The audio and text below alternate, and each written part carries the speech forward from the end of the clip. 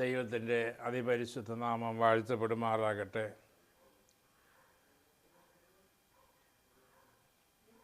ഇവിടെ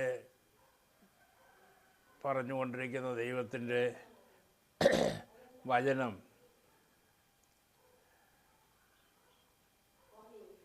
piece on earth എന്നുള്ളതായ വിഷയത്തിൻ്റെ തുടർച്ചയായിട്ടാണ് ഇത് ചെയ്യുന്നത്. ഇതിൻ്റെ നടത്തിപ്പിനായി വിജയത്തിനായി നാം ദൈവത്തെ ശരണപ്പെട്ട് പ്രാർത്ഥിക്കുന്നു. ഇതൊരു പ്രത്യേകമായതും നാം അറിഞ്ഞിരിക്കേണ്ടതുമായ വിഷയമായതുകൊണ്ട് പ്രാർത്ഥനയോടുകൂടെ സഹകരിക്കുവാൻ ഞാൻ നിങ്ങളെ ഓർമ്മിപ്പിക്കുന്നു. നമുക്ക് പ്രാർത്ഥിക്കാം. സർവശക്തനായ ദൈവമേ, ഞങ്ങളുടെ സ്വർഗീയ പിതാവേ, സർവജ്ഞാനിയെ, സർവവ്യാപിയെ, സർവശക്തനെ ഞങ്ങൾ അങ്ങയിൽ ആശ്രയിക്കുന്നു. ഞങ്ങൾ പഠിക്കേണ്ട വിധത്തിൽ പഠിക്കുവാനും പഠിപ്പിക്കേണ്ട വിധത്തിൽ പഠിപ്പിക്കുവാനും ഞങ്ങൾക്ക് ദൈവവചനത്തിലൂടെ കൃപ തരുമാറാകണമേ എന്ന് പ്രാർത്ഥിക്കുന്നു. കർത്താവ് ഞങ്ങൾക്കുള്ളതുകൊണ്ട് സ്തോത്രം. അങ്ങ് നല്ല ഗുരുവായിട്ടുള്ളതുകൊണ്ട് സ്തോത്രം. ഞങ്ങളെ പഠിപ്പിക്കണമേ. ഞങ്ങൾക്ക് അതോർത്തിരിക്കുന്നു. ദൈവശക്തി ഞങ്ങളുടെ മേൽ പകരണമേ. യേശുവിന്റെ നാമത്തിൽ തന്നെ പിതാവേ, ആമേൻ, ആമേൻ.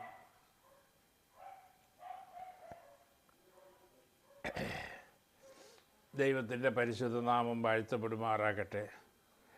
ഇന്ന്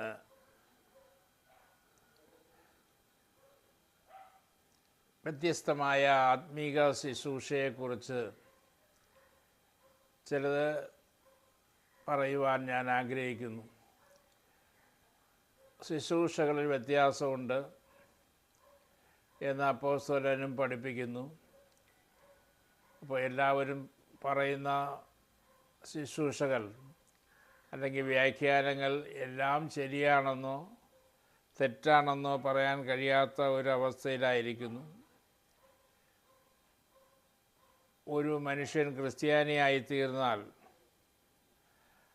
അവനെ കൂടുതൽ നരകത്തിന് യോഗ്യരാക്കി തീർക്കുന്ന സുവിശേഷ ഘോഷണം ഉണ്ടാകുന്ന ഒരു കാലഘട്ടത്തിലാണ് ഇന്ന് നാം യഥാർത്ഥമായി ജീവിക്കുന്നത്. വടിയെടുത്തവനെല്ലാം വേട്ടക്കാരൻ എന്നുള്ളതായ നിലയിൽ ആരെങ്കിലും പറയുന്നത് കേട്ട് അത് ചെയ്യുവാനുള്ളതായ സന്തോഷവും ആണ് നമ്മുടെ ഇടയിൽ മിക്കവാറും കാണുന്നത്. അങ്ങനെയല്ല, ദൈവത്തിൽ നിന്ന് പ്രാപിച്ച് അത് പഠിക്കുകയും പഠിപ്പിക്കുകയും ചെയ്യണമെന്നുള്ളതാണ് ഞാൻ ചിന്തിക്കുന്നതായ ഒരു പ്രത്യേകമായ വിഷയം.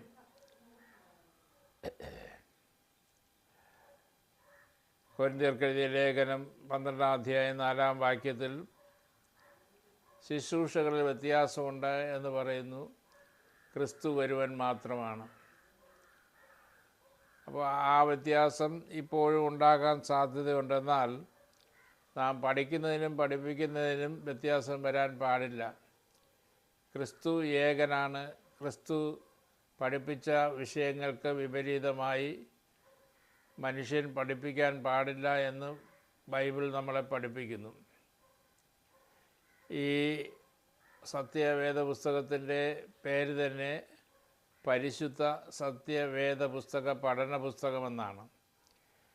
ഇത് പേപ്പർ വായിച്ച് കളയുന്നത് പോലെ നമ്മൾ വായിച്ച് കളയേണ്ട ഒരു വാർത്തയല്ല. ഇത് ധ്യാനിച്ച് ദൈവഭക്തിയോടുകൂടെ പഠിപ്പിക്കേണ്ടതായ ഒന്നാണ് എന്നുള്ളത് നാം ചിന്തിക്കണം.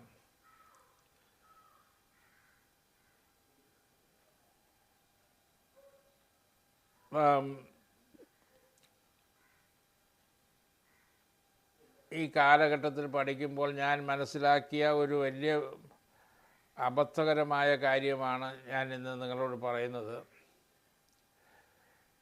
ഈ യൂട്യൂബിലൂടെയും മറ്റ് പ്രസംഗങ്ങളിലൂടെയും മറ്റ്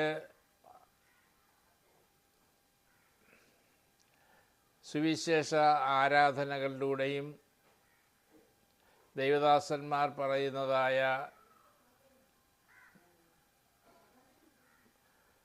പല തെറ്റായ കാര്യങ്ങളും അത് അവരോട് തന്നെ ചോദിച്ച് മനസ്സിലാക്കാതെ അത് മറ്റുള്ളവരുടെ ഇടയിൽ അതിനെ ഒരു ചർച്ചാ വിഷയമാക്കുന്നത് ശരിയല്ല എന്നുള്ളതാണ് ഞാൻ ഒന്നാമതായി പറയുന്നത്.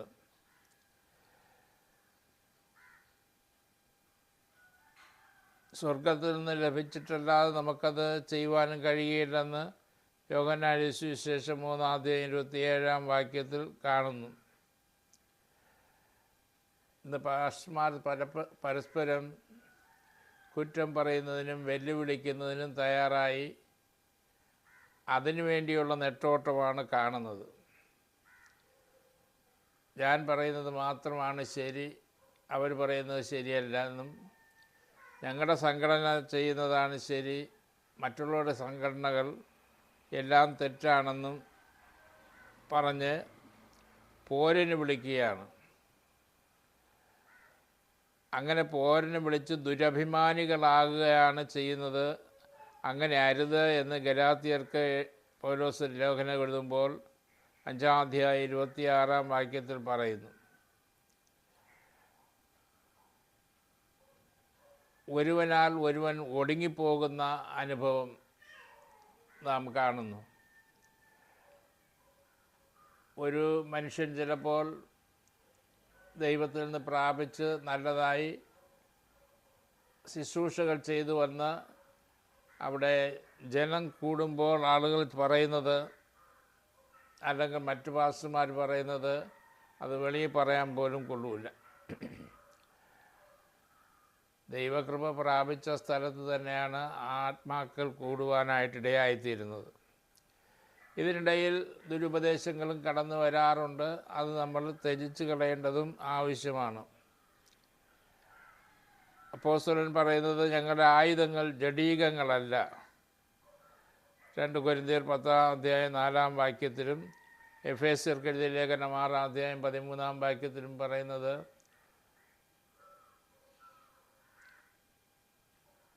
നീതി എന്ന കവചം ധരിച്ചും രക്ഷ എന്ന ശിരസ്ത്രം അണിഞ്ഞും കൊണ്ട് ശത്രുവിനോട് എതിർത്ത് നിൽക്കുവാൻ നാം തയ്യാറായി നിൽക്കണം എന്നുള്ളതാണ്.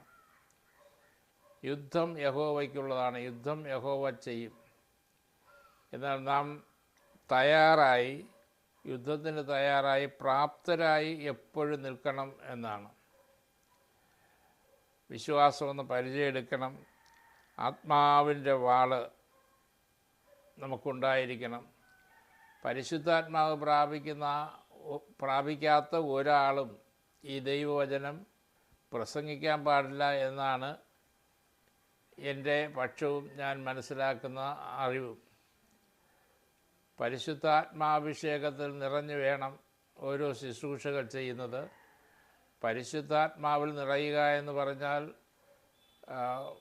ഉറക്കെ കൈയടിക്കുകയും ഉറക്കെ പറയുകയും അല്ല. അതുമാത്രമല്ല, ആത്മാവിൻ്റെ പ്രവൃത്തി വെളിപ്പെട്ടു വരണം എന്നുള്ളതാണ് ഞാൻ മനസ്സിലാക്കുന്നത്. ആ പരിശുദ്ധാത്മാവിൻ്റെ പ്രവൃത്തി കർത്താവിലുണ്ടായിരുന്നു. ഒരിക്കൽ യോഹന്നാൻ സ്നാപകൻ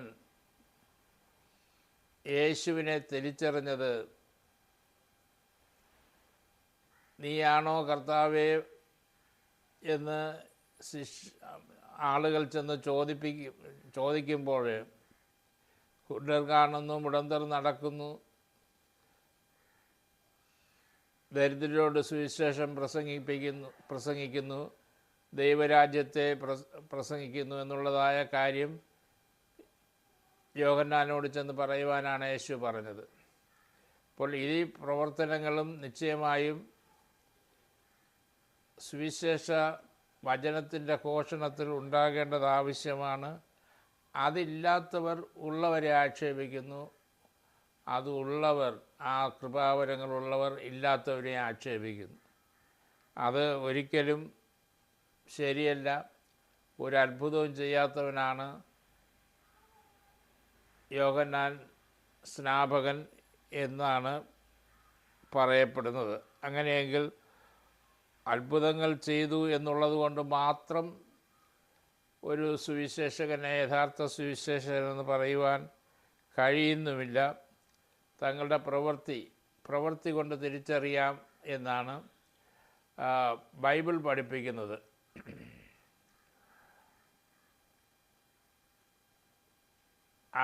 പുറത്തു നിന്ന് അകത്ത് പോകുന്നതല്ല, അകത്തു നിന്ന് ദുർചിന്ത, വ്യഭിചാരം, പരസംഗം, ദൂഷണം, മദ്യപാനം, ബറിക്കൂത്ത് ഇത്യാദി യേശു പറഞ്ഞതായ യോഗ്യമല്ലാത്ത കാര്യങ്ങൾ വരുന്നവനിൽ കൂടെ കേൾക്കുന്ന വചനങ്ങൾ അത് സ്വീകാര്യമല്ല എന്ന് യേശു പഠിപ്പിച്ചു. ഇപ്പോൾ യേശുവിൻ പറഞ്ഞത് എൻ്റെ പാപത്തെക്കുറിച്ച് നിങ്ങളിൽ ആര് ബോധം വരുത്തും എന്നാണ്. യേശു ക്രിസ്തു പറഞ്ഞതിനപ്പുറത്ത് ധാരാളം ഉപദേശങ്ങൾ ഇന്ന് ലോകത്തിലുണ്ട്. ഒരു ഉദാഹരണം പറഞ്ഞാൽ,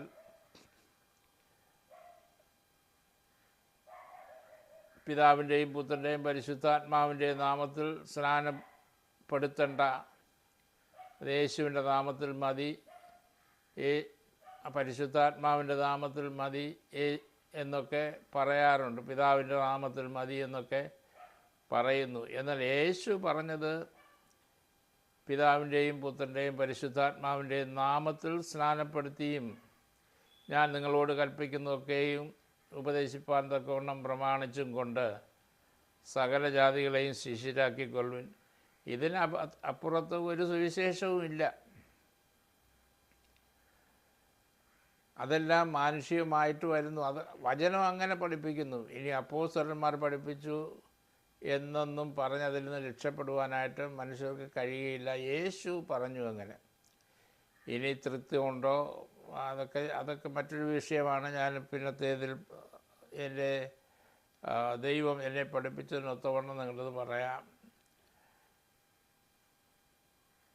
തൃത്വം എന്ന വാക്കൊന്നും ബൈബിളില്ല. എന്നാൽ പിതാവിൻ്റെയും പുത്രൻ്റെയും പരിശുദ്ധാത്മാവിൻ്റെയും നാമത്തിലാണ് അപ്പോസ്തലന്മാരും കാര്യങ്ങളെ ചെയ്തിരിക്കുന്നത്. ദൈവത്തിൻ്റെ കൃപയും പരിശുദ്ധാത്മാവിൻ്റെ സംസർഗവും ദൈവത്തിൻ്റെ ക്രിസ്തുവിൻ്റെ സ്നേഹവും നമുക്കുണ്ടായിരിക്കണമെന്നത് പല പ്രാവശ്യം അപ്പോസ്തലൻ പഠിപ്പിക്കുന്നു. അതുപോലെ കൂട്ടുകാരനെ വിധിപ്പാൻ നമുക്ക് അധികാരമില്ല. യാക്കോബിൻ്റെ ലേഖനം 4-ാം അധ്യായം 11-12 വാക്യങ്ങൾ വായിക്കുമ്പോൾ കൂട്ടുകാരനെ വിധിപ്പാൻ നീ ആരെന്നാണ് ചോദിക്കുന്നത്. അവൻ നിൽക്കുന്നോ വീഴുന്നോ എന്നുള്ളത് അവൻ്റെ യജമാനനാണ് നോക്കുന്നത്. ഒരു തോട്ടത്തിൽ ജോലിക്ക് വേണ്ടി 10, 50, 100 പേരെ വിളിച്ചിരിക്കുമ്പോൾ അവൻ എങ്ങനെ ചെയ്യുന്നു എന്ന് നോക്കേണ്ട ചുമതല മുഴുവനും യജമാനനാണ്. അത് യജമാനൻ നോക്കിക്കൊള്ളും ഇവൻ എങ്ങനെ ചെയ്യുന്നു എന്നുള്ളത്. അതിന് യജമാനാണ് കൂലി കൊടുക്കുന്നത്, അല്ലാതെ നാം ആരുമല്ല അതിന് കൂലി കൊടുക്കുന്നതെന്ന് കർത്താവിൻ്റെ വചനം നമ്മളെ പഠിപ്പിക്കുന്നു. ഇത് അറിവുള്ള ഒരു പാസ്റ്റർമാരും മറ്റു പാസ്റ്റർമാരെ പരസ്യമായി കുറ്റം പറയുവാൻ ഒരുമ്പെടുകയില്ല. അത് കുറ്റം പറയുന്നത് എങ്ങനെയാണെന്ന് ചോദിച്ചാൽ, ആദ്യം നീ മാത്രമുള്ളപ്പോൾ ചെന്ന് അവനോട് കുറ്റം ബോധ്യം വരുത്തുക. അവന് ബോധ്യം വരുന്നില്ല എന്ന് കണ്ടാൽ 2-3 പേരെ കൂടെ വിളിച്ചും കൊണ്ട് ചെന്ന് അവനോട് കുറ്റം നീ ഇന്ന തെറ്റ് ചെയ്തിരിക്കുന്നത് തെറ്റാണെന്ന് പറയുക. അത് അല്ലെങ്കിൽ അവനെ പുറംജാതിക്കാരനെ പോലെ ആക്കണമെന്നാണ് ബൈബിൾ പഠിപ്പിക്കുന്നത്. ഇത് ഒരു കൺവെൻഷൻ നടത്തുമ്പോൾ നമുക്ക് കാണാൻ കഴിയുന്നത്, പേരെടുത്ത് പറഞ്ഞ് ചില പാസ്റ്റർമാർ കുറ്റം പറയുന്നത് വെറും ഭോഷത്വമാണ്, മൂഢത്വമാണെന്ന് ഞാൻ കർത്താവിൻ്റെ നാമത്തിൽ നിങ്ങളോട് പറയുന്നു. ഒരിക്കലും അത് പറയുവാനായിട്ട് കഴിയില്ല. നമുക്ക് മുമ്പേ നിൽക്കുന്ന ലോകപ്രസിദ്ധരായ PG വർഗീസ് സാറോ MA വർഗീസ് സാറോ രാജു മേത്രയോ ഒക്കെ ഒന്നും ഇവരാരും മറ്റുള്ളവരെ കുറ്റം പറഞ്ഞ് പ്രസംഗിക്കുന്നത് ഞാൻ കേട്ടിട്ടില്ല, കണ്ടിട്ടില്ല. ഇവരുടെയൊക്കെ ധാരാളം പ്രസംഗങ്ങൾ കേൾക്കുമ്പോൾ ക്രിസ്തുവിനെ പ്രസംഗിക്കുന്നവരാണ് ഇവരെല്ലാവരും. ഇപ്പോൾ പ്രസംഗിക്കുന്ന വിഷയങ്ങളെന്ന് പറഞ്ഞാൽ ആഭരണത്തെക്കുറിച്ച് പ്രസംഗിക്കും ചിലർ ദശാംശത്തെക്കുറിച്ച് പ്രസംഗിക്കാൻ വലിയ രസമുള്ള അല്ലെങ്കിൽ താല്പര്യമുള്ളവരുണ്ട്. ക്രിസ്തുവിനെക്കുറിച്ച് പ്രസംഗിക്കുവാൻ എത്ര പേർക്ക് താല്പര്യമുണ്ട് എന്നുള്ളത് ആ പ്രസംഗങ്ങൾ കേട്ടാലേ നമുക്ക് മനസ്സിലാക്കുവാൻ കഴിയൂ. കൺവെൻഷൻ ആരാധനകളിൽ ക്രിസ്തുവിനെക്കുറിച്ചല്ലാതെ എന്താണ് പ്രസംഗിക്കാനുള്ളത്?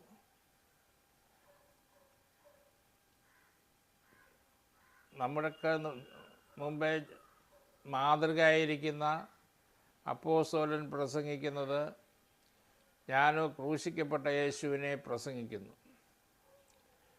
ഞാൻ പലപ്പോഴും ചിന്തിക്കുന്നത്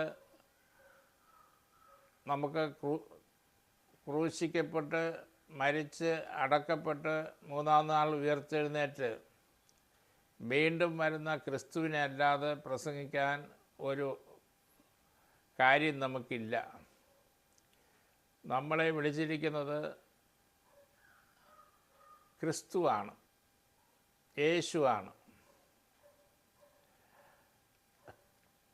ആ യേശുവിനെയും യേശുവിൻ്റെ മഹത്വത്തെയും കുറിച്ച് പ്രസംഗിക്കുവാനല്ലാതെ മറ്റൊന്നിനും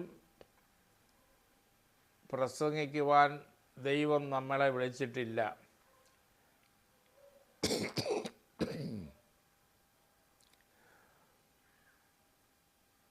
നിൻ്റെ കൂട്ടുകാരനെ വിധിപ്പാൻ നീ ആര് എന്നാണ് വേദപുസ്തകം ചോദിക്കുന്നത്.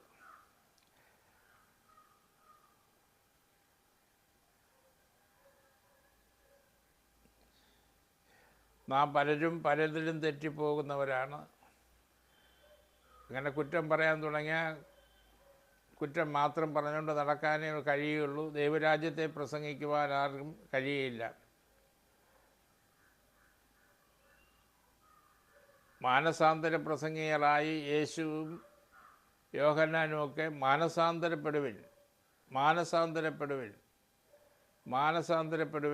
എന്നാണ് പ്രസംഗിച്ചത്.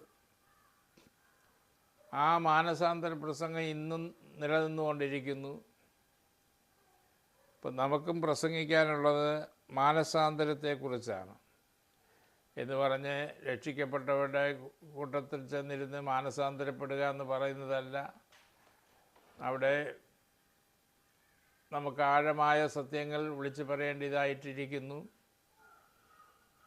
എൻ്റെ അനുഭവത്തിലും ദൈവവചന പഠനത്തിലും ഓരോ സ്ഥാനത്തും പ്രസംഗിക്കേണ്ടതായ വിഷയങ്ങളുണ്ട്. അത് ഏതൊക്കെയാണെന്ന് നമ്മൾ ചിന്തിച്ച് മനസ്സിലാക്കി പഠിച്ച് ദൈവത്തിൽ നിന്നുള്ള ജ്ഞാനം പ്രാപിക്കണം. ആശ്വാസം പകരപ്പെടേണ്ട സ്ഥാനത്ത് ആശ്വാസം തന്നെ പകരപ്പെടണം. ഖണ്ഡിച്ച് പ്രസംഗിക്കേണ്ടി വന്നാൽ അവരോട് അത് പറയേണ്ടി വരും. അത് വ്യക്തിപരമായ കാര്യമാണ് എന്ന് പറഞ്ഞ് നമ്മൾ ഒരു പ്രാസംഗികനെ ഒരു കാരണവശാലും പരസ്യമായി കുറ്റം പറഞ്ഞ് അവൻ ചെയ്യുന്നത് തെറ്റും ഞാൻ ചെയ്യുന്നത് ശരിയുമെന്ന് പറയുവാൻ ദൈവവചനം അനുവദിക്കുന്നില്ല. അങ്ങനെയാണെങ്കിൽ അവൻ ഒരിക്കലും നിലനിൽക്കയില്ല, അതിന് സംശയമില്ല. വചനത്തെ കോട്ടിക്കളയുന്നവനെ പോലെ ആയിത്തീരും.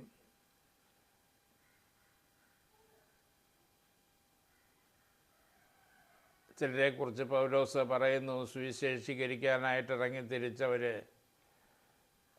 വിശ്വാസത്തിൽ നിന്ന് വീണു പോകുവാനിടയായിത്തീർന്നത് അവരുടേതായ ദൈവവചന ധ്യാനമില്ലാതെ അവർക്ക് സ്വന്തം ഇഷ്ടം പോലെ പ്രസംഗിക്കുന്നതാണ്. ഒരു സംഘടന മറ്റൊരു സംഘടനയെ കുത്തുക, മറ്റേ സംഘടന ഈ സംഘടനയെ കുത്തുക. ആശയപരമായി ഇപ്പോൾ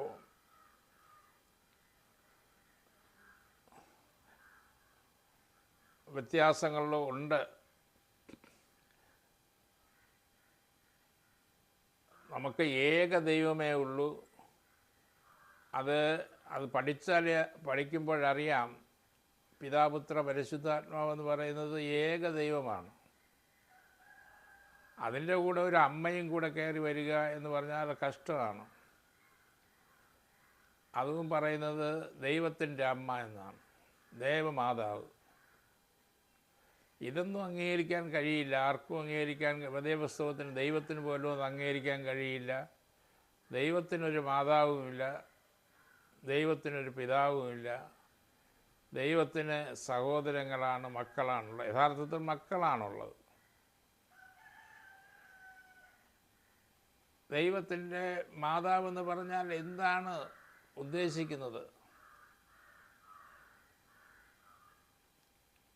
അപ്പോൾ ഈ വിധമായ കാര്യങ്ങളിൽ പലതും പല അഭിപ്രായ വ്യത്യാസങ്ങൾ ഉണ്ടാകാം. അതുണ്ടാക്കിയതാണ്. പെൺ ദൈവവും ആൺദൈവവുമൊക്കെ സഭയിലുണ്ടാകണമെന്ന് പറഞ്ഞ് കുരിശുദ്ധങ്ങൾ നടത്തി തമ്മിൽ തല്ലുകയും കൊല്ലുകയൊക്കെ ചെയ്ത കാലം കഴിഞ്ഞുപോയി. ഇന്ന് നാം ദൈവത്തെക്കുറിച്ച് വാസ്തവമായി പഠിപ്പിക്കുന്നവരുടെ കൂട്ടത്തിലാണ്. ഇപ്പം നമ്മൾ ഉപദേശങ്ങൾ മാറി വരേണ്ടതും മാറ്റിയെടുക്കേണ്ടതും ആവശ്യമാണ്. അല്ലെങ്കിൽ അത് ഒരു ദിവസം മാറ്റും. എൻ്റെ അനുഭവത്തിൽ ഞാൻ കണ്ടിട്ടുള്ളത്, ഹല്ലേലൂയ എന്ന് പറയുന്ന ആളുകളെ വെല്ലുവിളിച്ച ആളുകളുണ്ടായിരുന്നു. ഇന്ന് അവർ തന്നെ ഹല്ലേലൂയ പറയുന്നതിൽ ഏറ്റവും മുമ്പേ നിൽക്കുന്നു. പനക്കൽ പാസ്റ്റർ പോലെയുള്ളവർ എഴുന്നേറ്റപ്പോൾ സ്തുതി സ്തോത്രവും ഹല്ലേലൂയയും മാത്രം കൊണ്ട് യഥാർത്ഥ സുവിശേഷം പ്രചരിപ്പിക്കുവാൻ അവർ തയ്യാറായി. കൈയടിച്ച് ആരാധിക്കുന്നതിന് തയ്യാറായി. അതുപോലെ തന്നെ തറയിൽ ഇരുന്നാലേ ആരാധന നടക്കുകയുള്ളൂ എന്ന് പറഞ്ഞവർ ഇപ്പോൾ കസേര പ്രചരിക്കുവാൻ തുടങ്ങി. ഇതൊന്നും ഒരു വിഷയമല്ല, നിസ്സാരങ്ങളായ കാര്യങ്ങൾ ഞാൻ പറയുന്നതേ ഉള്ളൂ. മാറ്റമുണ്ടായി. സ്വർഗരാജ്യത്തിൽ പോകുവാൻ നമ്മൾ എത്രമാത്രം പ്രയത്നിക്കുന്നു എന്നുള്ളതാണ്. എല്ലാം ഒരു ഭാഗത്ത് പറഞ്ഞു തീർക്കാൻ കഴിയില്ലല്ലോ. ഞാനിപ്പോൾ ഈ വിഷയത്തെക്കുറിച്ച് പറഞ്ഞ് അവസാനിപ്പിക്കുന്നത്, തമ്മിൽ കുറ്റം പറഞ്ഞ് ദുരഭിമാനികളാകരുത്. സൗമ്യമായി ചെന്ന് അവരെ തിരുത്തുക.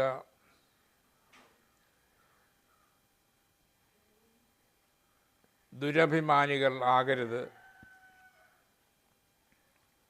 മാതൃകയായി നിൽക്കുന്ന കർത്താവിൻ്റെ ദാസന്മാരുണ്ട്. അവരെ പിൻപറ്റുവാനായിട്ട് നാം തയ്യാറാകണം. കൺവെൻഷൻ നടത്തുവാനായിട്ട് ഇപ്പോൾ ലക്ഷക്കണക്കിന് രൂപ ചെലവാക്കുന്നത് മറ്റുള്ളവരെ കുത്തി പ്രസംഗിക്കാനും പറയാനും അല്ല എന്നുള്ള സത്യം മനസ്സിലാക്കി നിർമ്മല സുവിശേഷം കേൾക്കുവാൻ വരുന്നവർക്ക് പാപബോധം ഉണ്ടാക്കുവാൻ, മദ്യപാനത്തിനും മയക്കുമരുന്നിനും ദുഷ്പ്രവൃത്തിക്കുമെതിരായി ക്രിസ്തു പഠിപ്പിച്ച പാഠങ്ങളെ പഠിപ്പിക്കുവാൻ ഈ സമയം വിനിയോഗിച്ചില്ലെങ്കിൽ കർത്താവ് കണക്ക് ചോദിക്കുമെന്നുള്ളതിന് സംശയമില്ല. ഞാൻ ഇവിടെ അവസാനിപ്പിക്കുന്നു. നമുക്ക് പ്രാർത്ഥിക്കാം. ഷാരഹാദലറിയ ഊറാബാരബാദസം ജരകദലറിക്കോ ഉജാരഹദലസിക്കോ ബ്രൗഡബാരബാന്തസിബീഷ്യ ജാരഹന്തസ്യ ജീഷിക്കോ മൈ ഫാദർ ഷിബിയാരകദലസിക്കോ മൈ ഫാദർ ഷഹാരകദലറിക്കോ. കർത്താവേ, ഞങ്ങളാരും തികഞ്ഞവരല്ല. ദൈവമേ, ഞങ്ങളുടെ തെറ്റുകളെ, കുറവുകളെ ക്ഷമിച്ച് ഈ പ്രാർത്ഥന കേൾക്കണമേ. അടിയൻ രോഗികൾക്ക് വേണ്ടി പ്രാർത്ഥിക്കുമ്പോൾ രോഗികൾ സൗഖ്യം പ്രാപിക്കട്ടെ. അവരെവിടെയായിരുന്നാലും, ആശുപത്രിയിലായിരുന്നാലും വീട്ടിലായിരുന്നാലും,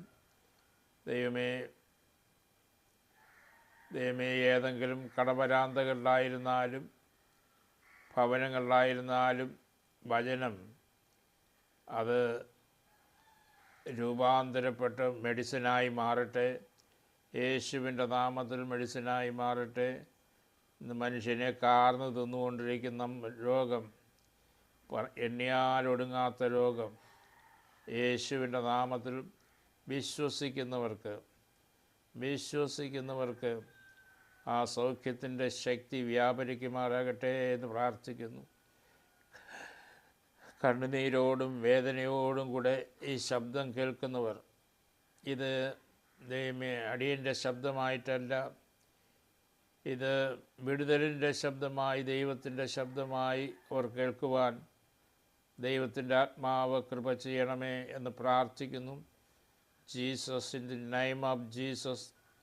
കടഭാരങ്ങളിരിക്കുന്നവർ അതിൽ നിന്ന് വിടുവിക്കപ്പെട്ട് കടം വാങ്ങുവാൻ ഇടവരാതിരിക്കട്ടെ. ദൈവമേ, ആർത്തിയോടുകൂടെ കടം വാങ്ങുന്ന ആളുകളോട് ദൈവത്തിൻ്റെ ആത്മാവ് സംസാരിക്കുമാറാകണമേ എന്ന് അടിയൻ പ്രാർത്ഥിക്കുന്നു. ദൈവമക്കളാരും കടം വാങ്ങി വല്ലതും ചെയ്യുവാനായിട്ട് ഇഷ്ടപ്പെടാതെ, ദൈവമേ ഉള്ളതുകൊണ്ട് തൃപ്തിപ്പെട്ട് എന്ത് ചെയ്താലും, ബിസിനസ് ചെയ്താലും, ദൈവമേ ഏത് പ്രവൃത്തികൾ ചെയ്ത് അവരഭിവൃദ്ധിയിലേക്ക് വരേണ്ടതും ആവശ്യമാണ്. അവർ നന്നായി വരട്ടെ എന്ന് പ്രാർത്ഥിക്കുന്നു. ഈ രോഗബന്ധനം അഴിഞ്ഞു മാറട്ടെ യേശുവിൻ്റെ നാമത്തിൽ. കുഞ്ഞുങ്ങളില്ലാതെ ഭാരപ്പെടുന്നവർ, കുഞ്ഞുങ്ങൾ ജനിക്കട്ടെ. യേശുവിൻ്റെ നാമത്തിൽ കുഞ്ഞുങ്ങൾ ജനിക്കട്ടെ. കുഞ്ഞുങ്ങൾക്ക് വേണ്ടി പ്രാർത്ഥിക്കുന്ന പ്രിയപ്പെട്ടവർ, കുഞ്ഞുങ്ങൾ ജനിക്കട്ടെ. യേശുവിൻ്റെ നാമത്തിന് അത് കഴിയും. കഴിഞ്ഞ നാളുകളിൽ അങ്ങനെ ചെയ്തിരിക്കുന്നതിനാൽ സ്തോത്രം. ദൈവത്തിൻ്റെ ദാസന്മാർ പ്രാർത്ഥിക്കുമ്പോൾ ദൈവമേ ലക്ഷക്കണക്കിന് സ്ഥലത്ത് അത്ഭുതങ്ങൾ നടന്നിട്ടുണ്ട്. അത് ഈ പ്രാർത്ഥനയിൽ നടക്കട്ടെ എന്ന് അടിയൻ കർത്താവിനോട് യാചിക്കുന്നു. കർത്താവെ, സ്തോത്രം ചെയ്യുന്നപ്പോൾ സ്തോത്രം. വിടുതലിന് വേണ്ടി കാത്തിരിക്കുന്നവർ ഈ ശബ്ദം കേൾക്കുമ്പോൾ അവർക്കും വിടുതലുണ്ടാകട്ടെ. ഈ ദൈവവചനം കേട്ടവർ ദൈവമേ അതിനെ നിരസിച്ചുകൊണ്ടോ ആക്ഷേപിച്ചുകൊണ്ടോ നിൽക്കാതെ, അതെന്നോടാണ് ദൈവാത്മാവ് സംസാരിച്ചതെന്ന് കേട്ട് വിശേഷിച്ചും സുവിശേഷം പ്രസംഗിക്കുന്നവർ മാനസാന്തരപ്പെടുവാൻ കർത്താവിൻ്റെ കൃപ പകരുമാറാകണമേ. യേശു നാമത്തിൽ യാചിക്കുന്നു. കൃപയോടെ കേൾക്കുമാറാകണമേ. സ്വർഗീയ നല്ല പിതാവേ, ആമേൻ, ആമേൻ.